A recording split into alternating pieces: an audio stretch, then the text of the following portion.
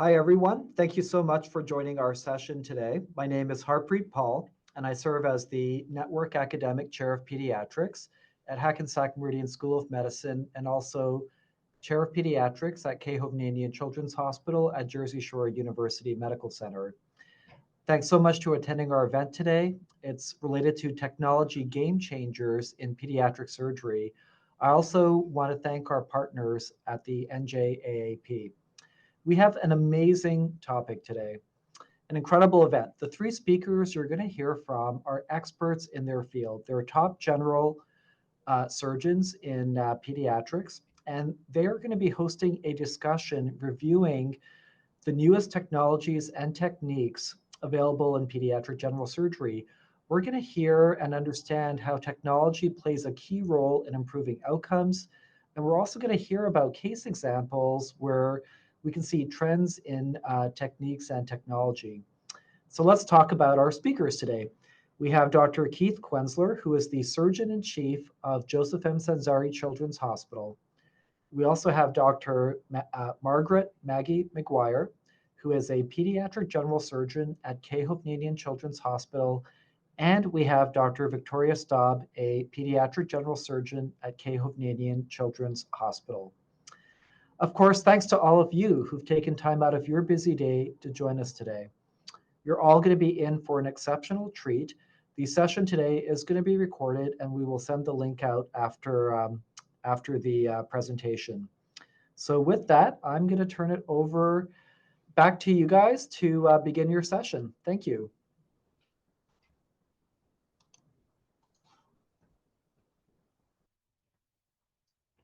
Good morning. I'm Dr. Tori Staub. Thank you so much for the introduction and the opportunity to speak today. My session of this talk is going to be speaking about robotic surgery for pediatric patients, specifically focusing on general surgery. I have no disclosures. So I just wanted to go over a little bit of brief history about robotic surgery in general, because it is one of the newest technologies that we use in the operating room. It actually started in the late 1880s with integrated surgical systems out of Sacramento, where an orthopedic guided system was actually devised by Dr. Paul and Dr. Bagar, and they used it for prosthetic hip replacements. In the 90s, this actually took off with the Department of Defense, where they used the prototypes to start the first surgical robot. And they used that for actually remote damage control surgery. So a soldier was injured on the field, and they devised this technology to be able to attend to those wounded without physically being present.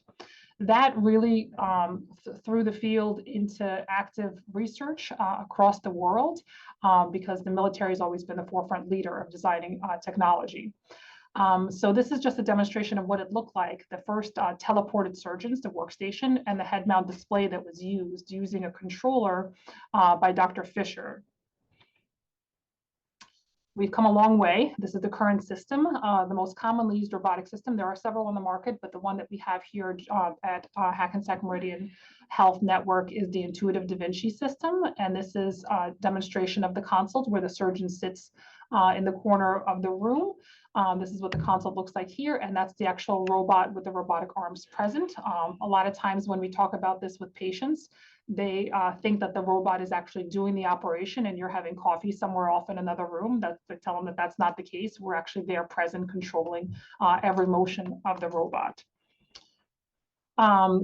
The first robotic surgery that was actually used, that was performed across different countries, was a cholecystectomy that was done by a surgeon in New York City.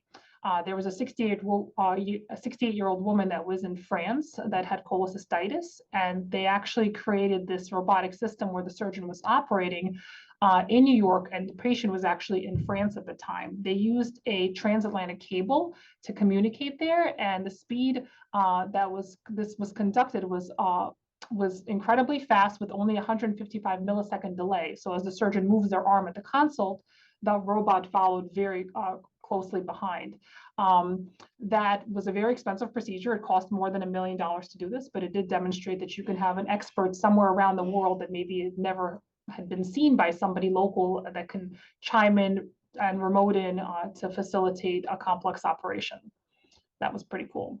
So Da Vinci has many different applications. Robotic surgery overall has many different applications, but this is for the Da Vinci website that actually describes the most common operations in the different fields that they offer. So cardiac surgeons use it. They can use it for mitral valve repair. Colorectal surgeons can do colectomies and colon resections.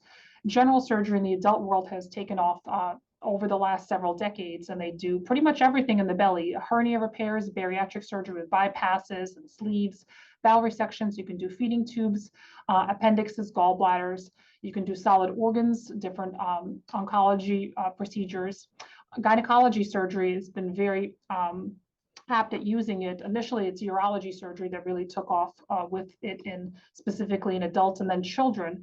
And the gynecologist also extrapolated that in the pelvis is a very handy place to use it because you can work in very tight-knit spaces with precision, and they do hysterectomies, myomectomies, and ovarian surgeries with that. Head and neck surgery, it's starting to come into the field. They can do different throat cancer procedures. There are some people that are even doing thyroidectomies with the robot.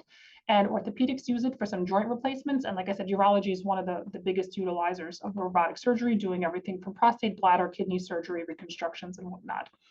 In pediatrics specifically, pyeloplasties and ureteral implants are very commonly used. And then fundoplication of the stomach is the third most common operation, specifically in children's robotics.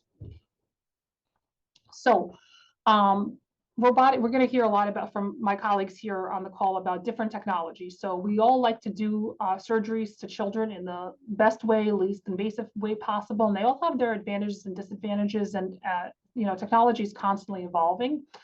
So a lot of times when there's something new that comes onto market, when they started doing laparoscopy compared to open, and Dr. McGuire is going to touch a lot about that, we saw the advantages of smaller incisions, faster recovery.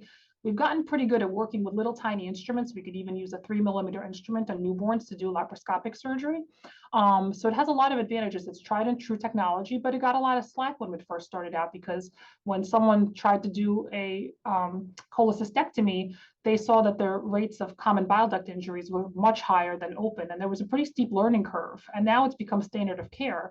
So it is improving technology, but there are disadvantages and advantages of currently robotics, but it's also in its infancy. So we have to give it a little bit of grace as it's growing here. So advantages compared between laparoscopic and robotic. I'm going to focus a lot on the slide because it's like, why should you send your patients to a robotic surgeon? What would be the advantage of the surgeon being able to use this technology? So laparoscopic, it's true, well developed.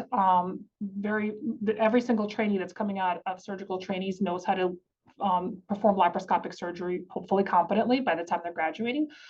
It's affordable. It's effective. You can use your small instruments, 12, 5, and 3mm is the port sizes that we use, and you can get tactile feedback. So when you push an instrument into the body, you can hit it and you can feel that. Compare it to robotics. So on the advantages of the robotic, it gives you a 3D visualization because the two eyes actually overlap to give you more of a 3D picture. It has improved dexterity and articulation, and I'll show you that in some of the videos.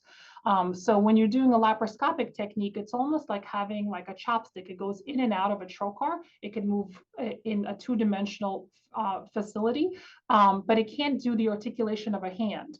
And that is what the robotic has the ability to mimic the surgeon's hands and be able to rotate and eliminate that fulcrum effect. It also, if you have a little bit of a tremor, if you had a little bit too much coffee in the morning, it does suppress that, which is kind of nice. And you could really do microanastomosis. The ability for it to zoom in is incredible. The visualization is amazing. You also get to sit and operate, which is nice. So ergonomically, it's better for our spines and our shoulders.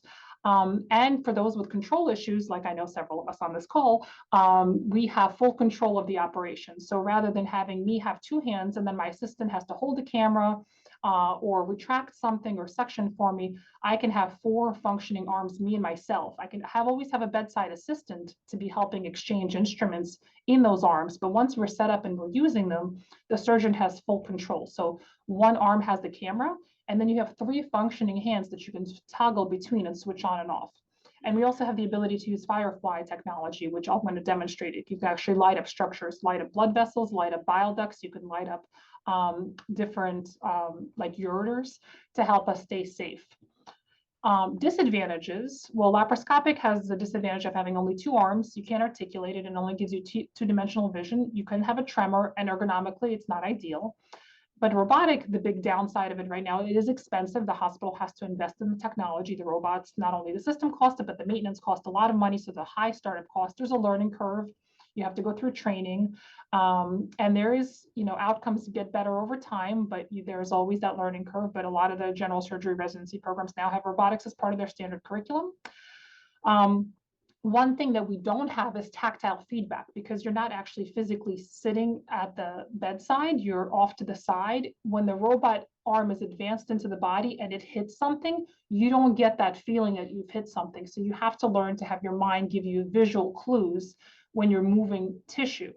And that could potentially lead to injury. And that's the learning curve. If you really have to be very delicate with tissue handling, as you pick something up, you might not feel that resistance and you might rip something. So you really have to be very careful with tissue handling, because you have to have other clues, because tactile is not there. And currently the technology is done via 8mm ports. And pediatric surgeons, we like to use smaller and smaller incisions. So they're looking currently to devise 5mm ports. Right now, there's nothing in the works yet for 3, but pediatrics technology is always the last to follow, because we are not the big money makers compared to the general surgery. We just don't have as many patients as they do to use this technology on. Cost-wise, so this is a paper that showed the cost analysis between robotic and laparoscopic abdominal operations. Now, this is not specifically in pediatrics, but it just kind of gives a comparison. So they studied over 1 million patients. The average hospitalization for laparoscopic cases was about 16,000 plus or minus, and robotic was 18,000. So a little bit more expensive, but it's also the investment up front that you have to factor in for buying all of the tools and having the support. But there is now starting to show some reduction in complications. So robotic procedure showed a 2.2% reduction in complications and a 0.7-day decreased length of stay, which administration is always happy to hear about.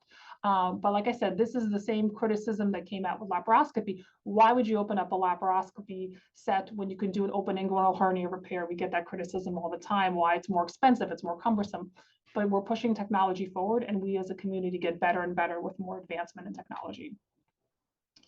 So why can't we do this on every single person? Why can't we do this for every single pediatric patient? Well, there is a size limitation in the size of the trocars. So when you're talking about 8mm instruments, you can see that the robot is quite cumbersome for a little tiny baby. We are limited in the space where we work. Now, in pediatric surgery, we're always used to being limited in the space that we work. So we've gotten pretty good in working into small spaces, but the robotic instruments have to have room to maneuver and not to collide. So they have implemented urology. Pediatric urology has really led the way with using this on smaller and smaller patients. So they are using it into infants as small as 10 kilograms. But there hasn't actually like a mandated weight or size or age cutoff for what you can use the robot on. There's people that are doing it on newborns. Also very cautioned, you have to be really skilled. And I started my practice here with using it on teenagers, more adult-sized patients, and I've gotten smaller and smaller as I felt like I've become safer and more comfortable. They've done studies to report favorable outcomes of robotic-assisted pyeloplasties over laparoscopic in children, but that was not the case in infants. So you have a smaller workspace, and that could limit the ability of the ports to colliding with each other. So I just wanted to highlight what we have done here in Jersey Shore. I believe currently to date, we are the only hospital in the state that's doing pediatric robotic surgery. We've done 46 cases here, started practicing with appendectomies just to kind of get our skill set up, because that's one of the common operations that we do. On average, it's been about 28 minutes per appendectomy, but if you look at the curve over the last year and a half, that time has become less and less. We've done cholecystectomies and splenectomies in the same patient. The last one we did in 110 minutes, and that's for a patient with hereditary spherocytosis, that you can both do the spleen and the gallbladder from the same trocar sites. Bowel resections, ovarian cystectomies, hernia repairs, especially in the older kids that need a mesh repair, it's a very good option for them to do this robotically. G-tube insertions and rectopexy could really be applied to anything that you can do in the chest or the abdomen that you could do with laparoscopy. This is just a picture of the visualization you get from a complicated dissection deep into the pelvis for a rare type of inguinal hernia. This is a picture of a splenectomy. I do have a video, if I'm not going to be going too over here. You can see how the arms work together, and a cholecystectomy. This is the Firefly technology. So you can inject a substance into the IV in the Sheen green that you can have actually light up the cystic and common bile duct to facilitate the safety of cholecystectomy, that you can switch on and off when you're working on the robot, so that helps avoid injury to both the bile ducts and the liver structures.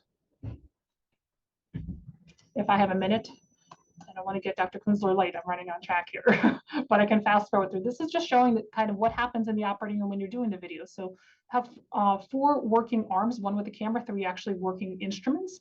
And you can see how you can gently lift and see, and you can see how the motion of it can mimic your actual fingers as they're lifting and moving things out of the way. That's a grasper in the left hand and a vessel sealer in the right hand.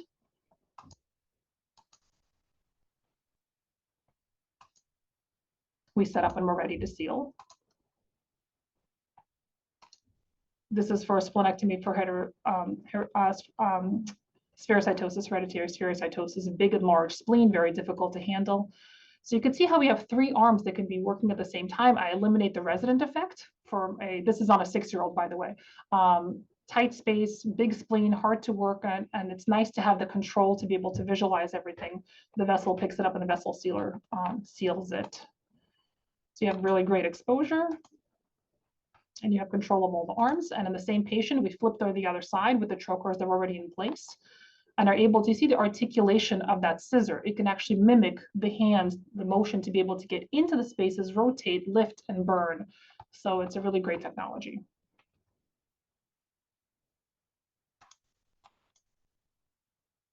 And that's all I have. I think we're going to be holding questions till the end.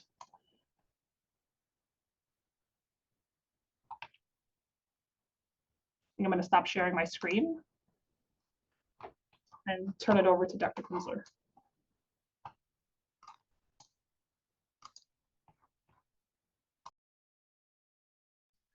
All right, someone else is going to advance the original slides then. Sarah, somebody? Do you want to just keep going with yours, Tori? Sure, I can do that. You want me to pull it up? Yeah, I mean, so I don't know what Margaret's planning to do, but I'm happy to have someone. I didn't bring up my version of the slide, so I'll just. How's that? Can you see it? Yeah, we can see it. All right, cool. Okay, yeah, just advance that one. Great. So this is me, Dr. Keith Kensler. Thanks for the invitation, and Tori, that was real nice. I'm going to talk about some stuff that's technology related, but also some stuff that's very simple and but things that I really have seen over the last few years to be super game changers as I see it in ped surgery. Some not so exciting technologically, but also very impactful nonetheless. So go ahead, next slide. I'm going to cover these 3 things. I'm going to talk about the miniaturization of laparoscopic and thoracoscopic instruments, sort of at the same time as Tori was mentioning, the 8mm instruments for robotics, and there are so many great advantages to that. Having gotten better and gotten smaller and smaller instruments for laparoscopic surgery has been a real game changer over the last few years. I'm going to talk about a disease that bothers many people that many pediatricians I'm sure on the call are familiar with, pilonidal disease, and a new procedure that we've been doing called the GIPS procedure. And then lastly, I'm going to talk about the use of cryo-ice anesthesia when we do pectus excavatum repairs. Go ahead. Next. So this is where we came from. This is, you know, maybe a lot of people on the call, and certainly Tori, and I think Maggie probably don't even remember the distant past of laparoscopic surgery, where we used to wheel this monstrosity into the room, and it was a big cathode ray tube, and everything was housed on this this cart. We need a telescope, a monitor, a light source, a gas insufflator, and instruments. That's what any pediatric minimally invasive surgery needs. Next slide. We went from that thing to now we have, you know, fully integrated operating rooms where the screens are hanging from the ceiling and we can look in any direction. And before this advance, you know, which is already 20 years old or so, it was impossible to do complex operations, especially in infants, because you couldn't get the right position or the right instruments to do it. Next. One of the major advances was the advent of 3mm instruments. This is my big hand and a 3mm grasper. Keep going.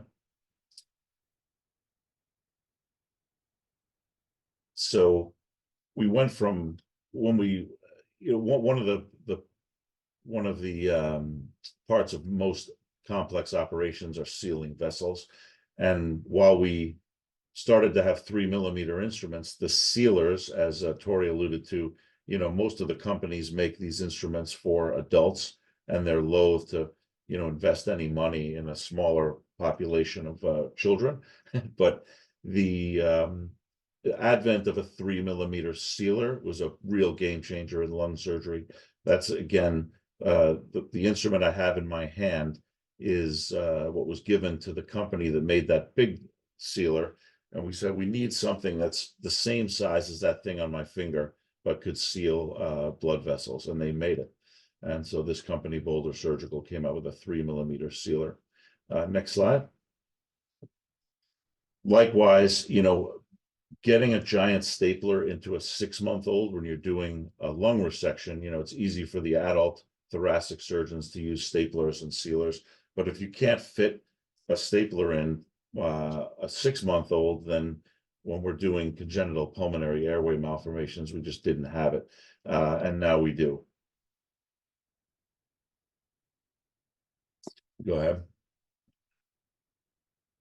Obviously, there's pretty much any operation you can conceive of can be done now laparoscopically.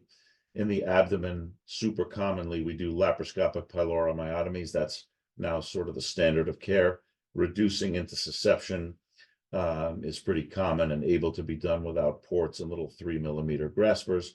We do endorectal pull-throughs for Hirschsprung's disease and full mobilizations of the colon to greatly speed that operation and the biopsies within.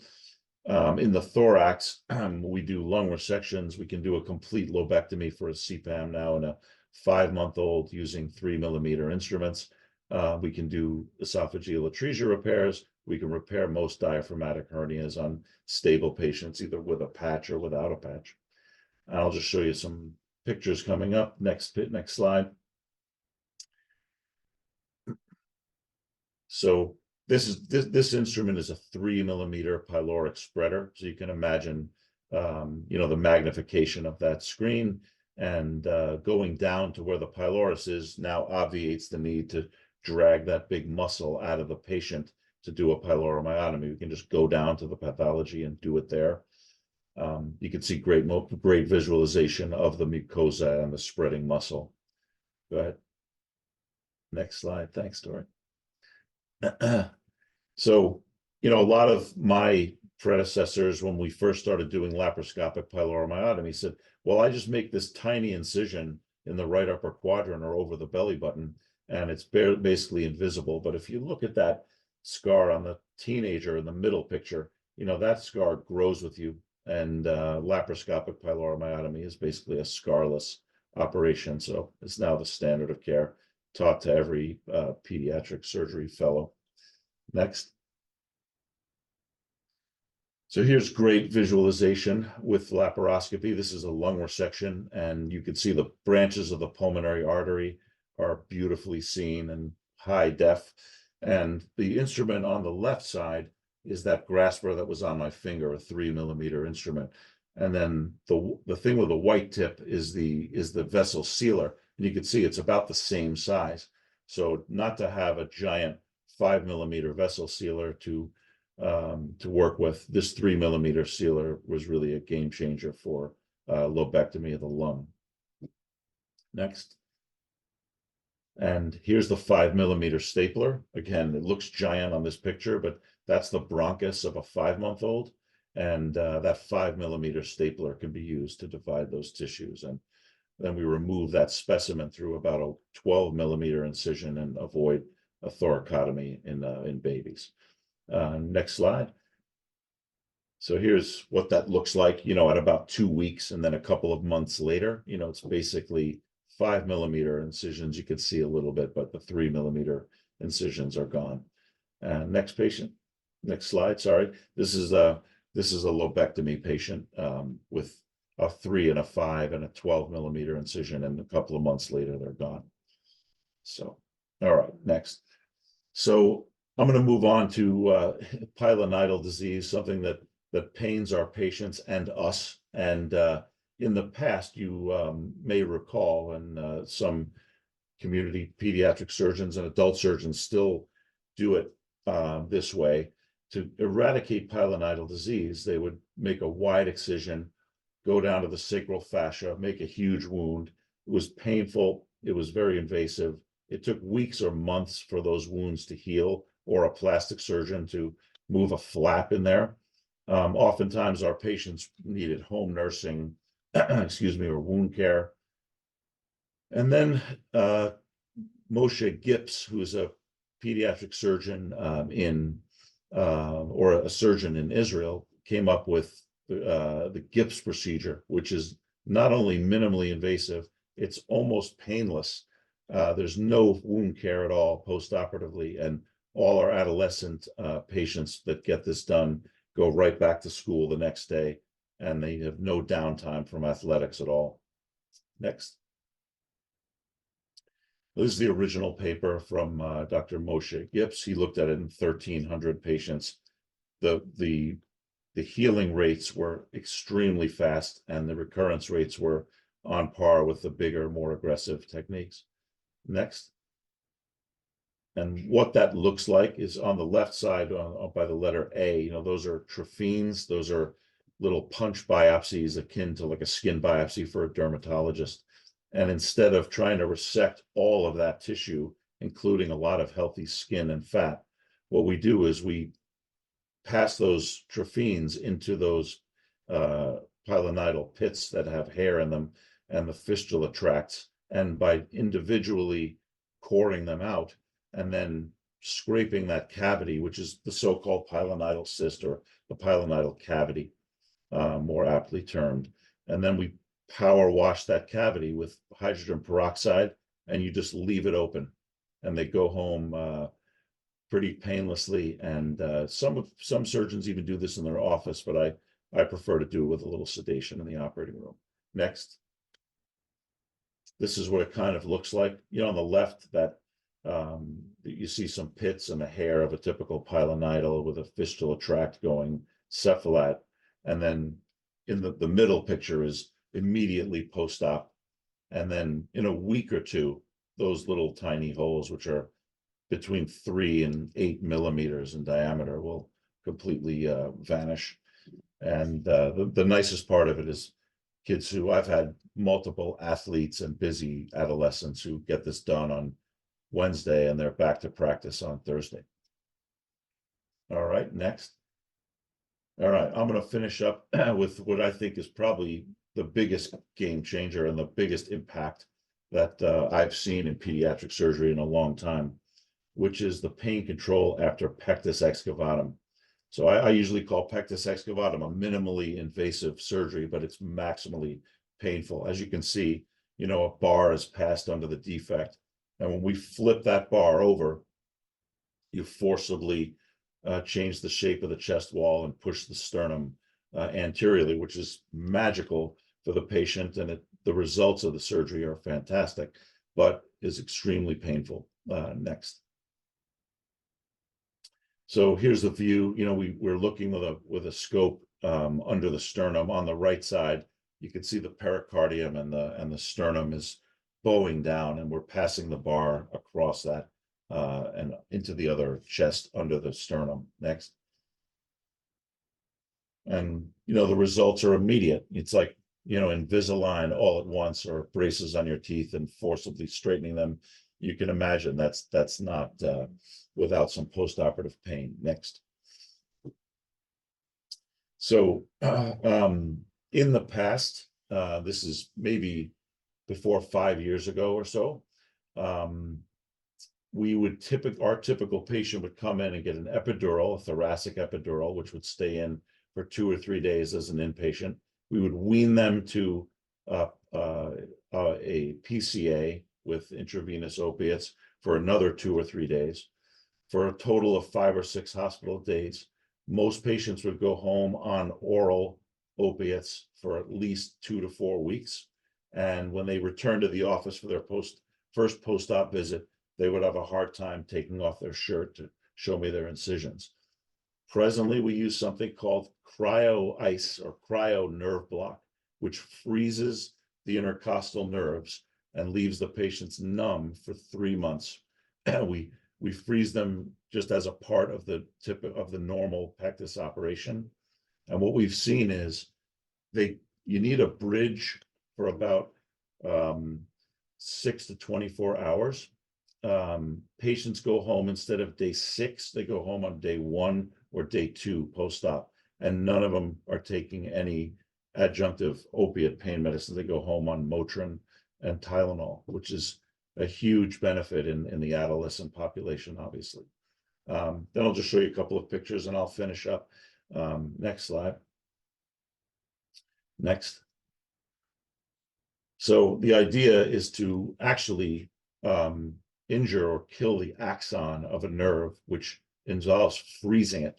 The probe in cryo ice is something that gets down to negative 60 degrees Celsius, and we apply that to each of the target nerves in the intercostals on the inside of the chest for approximately 2 minutes per nerve. Keep going. Thank you, Tori.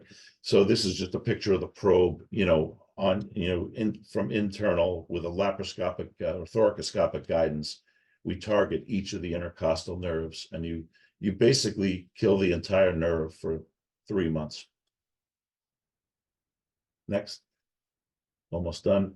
So we target, obviously we can count the ribs on the inside of the chest, and we know where we're going. I typically target T4 to T8. That's well within the recommended zone of what the company targets for a pectus operation. Next. And then post-operatively, it takes about 3 months because those nerves generate about 1 to 2 millimeters per day. And it'll take, the epineurium, the perineurium, most of the surrounding nerve, and the vein and artery are also unharmed, but the axons of the pain nerves are gone for 3 months. So it's a super game changer to send someone home on day 1 after a pectus, able to breathe and walk and go back to school and not need Vicodin or Percocet. Has been a huge improvement in pectus. Okay, I'll finish there. I'll turn it over to Margaret.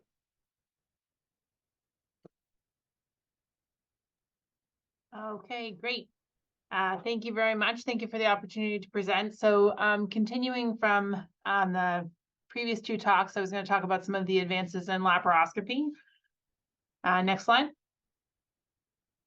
So I thought I'd go over just a little bit of the history, and then specifically I do a single incision laparoscopy. So I thought I would talk about the history of that, discuss some of the different approaches, and then the potential treatment uses. Next slide. So I find it interesting that laparoscopy actually started back in the early 1800s, initially with Dr. Bazzini looking at dogs, and he did that with mirrors and candles. It was then another 100 years before we really started to get into the abdominal wall again in animals. And, at every step of the way with new technology, I think it's interesting that everybody is always met with criticism, and yet people still persist, and here we are today. Next slide. Despite the fact that I'm sure all 3 of us would like to say that we are game changers and always at the forefront, the surgeons actually weren't. So in the early 1900s, it was really the gastroenterologists, the internist, and the gynecologists who really recognized the value of laparoscopy and kind of pioneered all of this. The father of modern laparoscopy is actually a gastroenterologist from Germany, and he was known for doing laparoscopic liver biopsies. Next slide. So things finally started to catch up in the early 1980s. That's when the first laparoscopic appendectomy was performed. I find it humorous that the rest of his peers were so shocked by this. He was met with a lot of criticism. He was condemned by the German Board of Surgery, and he actually was made to undergo a head CT because his own department chair wasn't sure that he was fit to be caring for patients. But despite all of that, that technology continued. And as Dr. Staub mentioned, laparoscopic cholecystectomy started to take off in the early 1980s, and then continued and started to really become much more popular. Next slide. So where did single incision? So I think with everything, as new technology comes in, that's definitely what led then to the robot. People are always questioning, what else can we do? What can we try next? And so there was a report initially from 1992 that tried to do single incision appendectomy. You can see there it's a pretty crude technique, but they're using a glove with multiple trocars. I think, again, in any time they're trying to find a way to make things less invasive, that's always better for the patients and their overall outcome. Next slide. So it continued to persist in the adult world. So they started to look at colectomies, and there was some good data that then came out early on that there was lower post-op analgesia. They had a shorter hospital stay, but the important thing was there was no difference in morbidity, because obviously we want to always make sure we're doing things that are safe for our patients. Next slide. As we've touched on before, for pediatrics, we're always a little bit behind the adult curve for appropriate reasons. One, the instruments are limiting in terms of the size of the kids. And then two, there's always that safety concern. We never want to put someone's child through something that isn't, definitely been proven to be safe in the adult world. So as they started to look for ways to bring this technology to the pediatrics world, they actually stumbled upon an old laparoscope called an operating laparoscope. Next slide. That you'll see here, which was really made popular initially by the gynecologist. So in picture A there, you see that the common channel is what the instrument can go through, and then coming off at the right angle is actually the camera attachment. And so this is what really started to kind of make single incision much more popular in the pediatric world. I'll touch on it next, but it was really the group out of Miami Children's that started to use this pretty consistently, where they would go in, find the appendix, and then pull it up through the belly button and take basically an open appy, but laparoscopic assisted. Next slide. So Dr. Stilianos, while down at Miami Children's, first reported this back in 2011. They had done about 400 appendectomies. 90% were done with that operating laparoscope single incision. About 10% needed an additional port or two. None were converted to open, and they found that there was a little bit of a rate of umbilical wound drainage, about 8%, and almost 3% of those required antibiotic treatment. Next slide. So from here, where people were really trying to say, how else can we do single incision? What are the different techniques?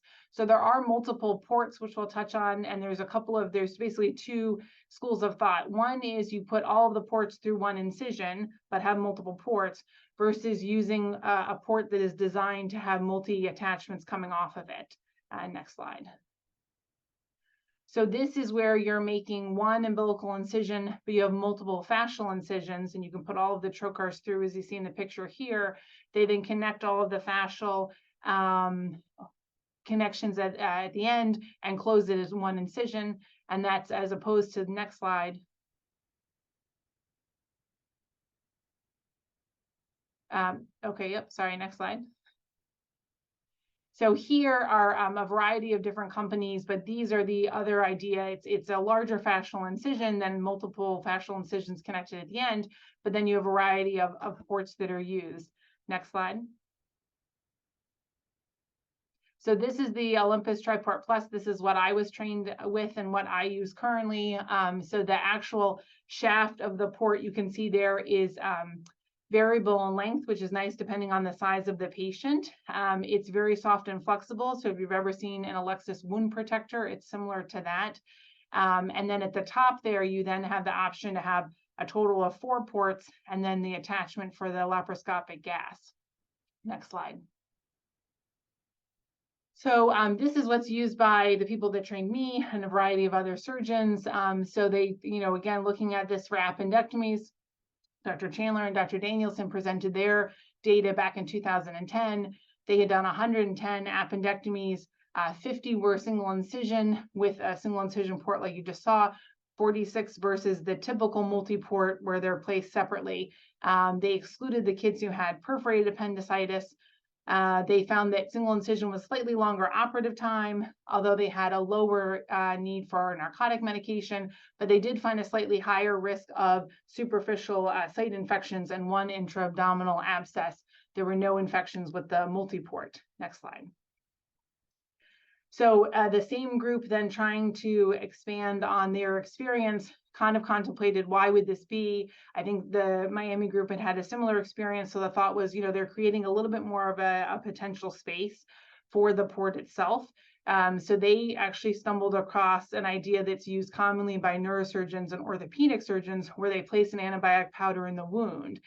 So they started using cefoxitin, which was the standard IV medication they would use for kids who did not have a penicillin allergy with acute appendicitis. And once the fascial incision was closed, they would place the antibiotic powder into the wound, and they found that that actually had the superficial site infection decrease from the 4.6 of the original study down to 0. And the antibiotic powder itself is fairly cheap. It's less than $3 per gram. Next slide. So the challenges with single incision laparoscopy, there definitely is a learning curve, as we heard about with robotics as well.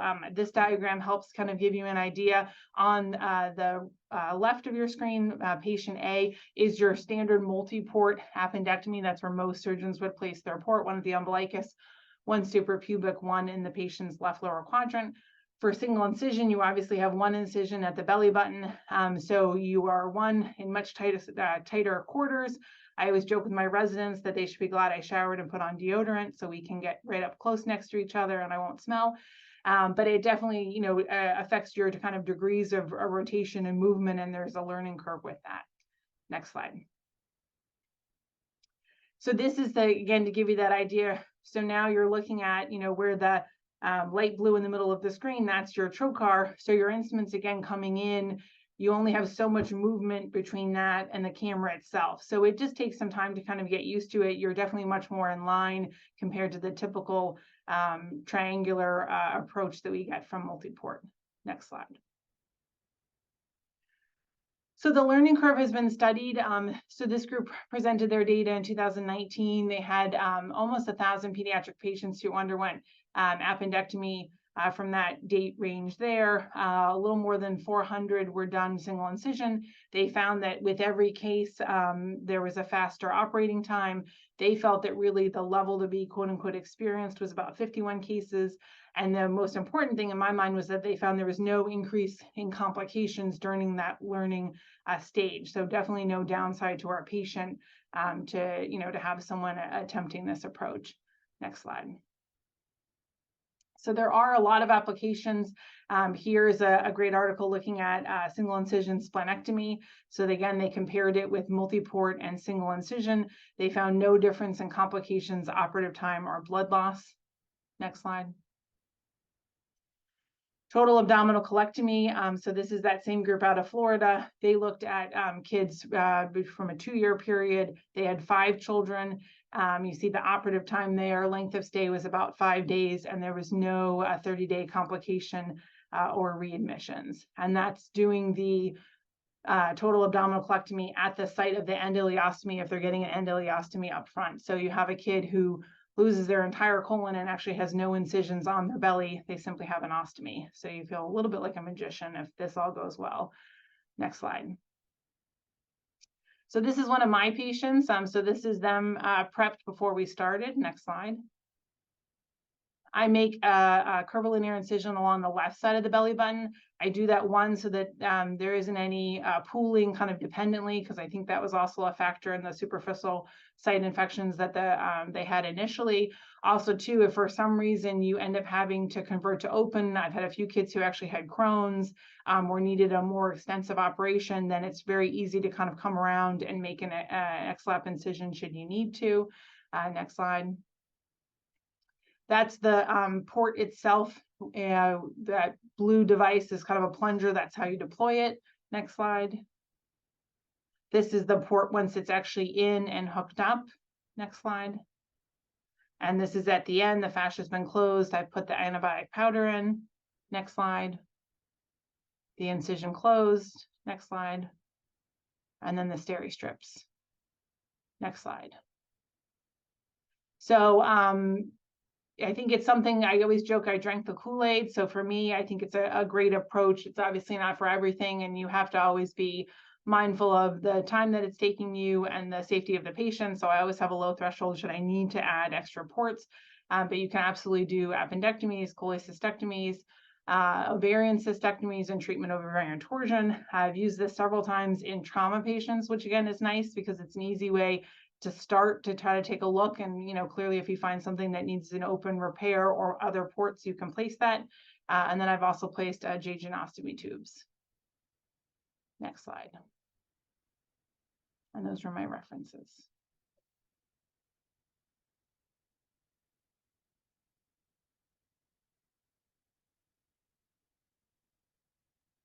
So I'll just open it right now if there's any questions for our speakers.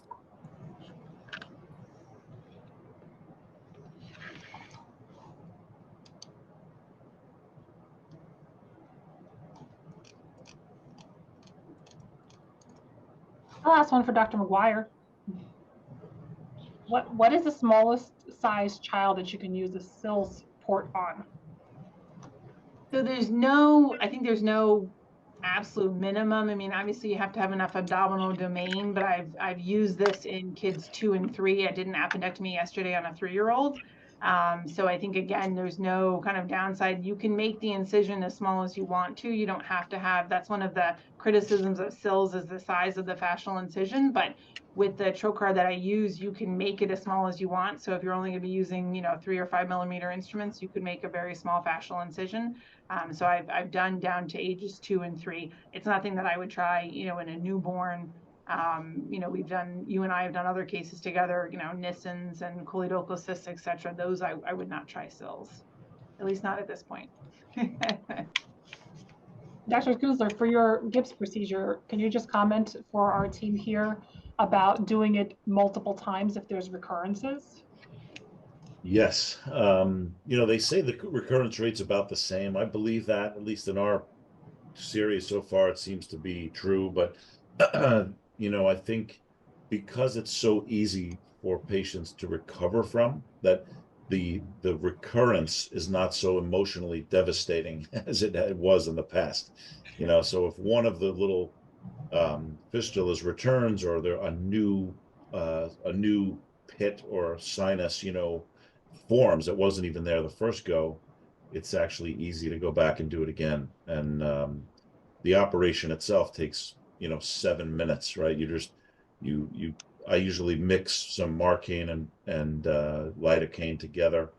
They position themselves in the operating room with a little oxygen. They get a little twilight, you know, propofol, and then I use the local. You make your couple of punches and then curette out the tracts. It's amazing how much hair and how much you can get to that common channel with all the, you know, they all connect. And then we just power wash it. And so it takes so little time, and the patients go right back to coming back to do it again is easy if you need to. Hopefully you don't. I completely agree. We transitioned that in our practice here about 7, 8 years ago. And I personally have been keeping track of it. And I do think the recurrence rate is lower for these kids than the open traditional ones, much less follow-up with wound dehiscences and infections. And they're much more likely to undergo it again if they do get a recurrence. And we've done like a hair removal strategy for post-op for our patients. I don't know if you do that for yours at all, but we think that hygiene and hair removal strategies are super important. And there's several kids that have recurred are usually the teenage boys that don't follow the hygiene practices that we recommend and kind of disappear from follow-up. But if they really stay adherent to the regimen of twice a day washing the area and once a week hair removal, then we find that their recurrence rate is incredibly low. I think much lower than the old operations with the flaps.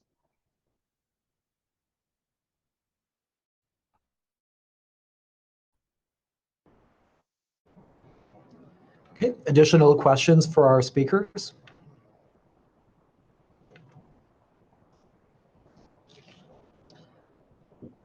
Right. Well, if there are none, thank you so much, Dr. Quensler, Dr. McGuire, Dr. Staub. Thanks to all of you again who attended, and thanks to the NJAAP. You're all going to get a copy of the recording, and for any questions, any referrals, please feel free to contact our three amazing speakers. Their information is right on the screen. Again, thanks for taking the time, and have a wonderful rest of your day. Take care. Thank you.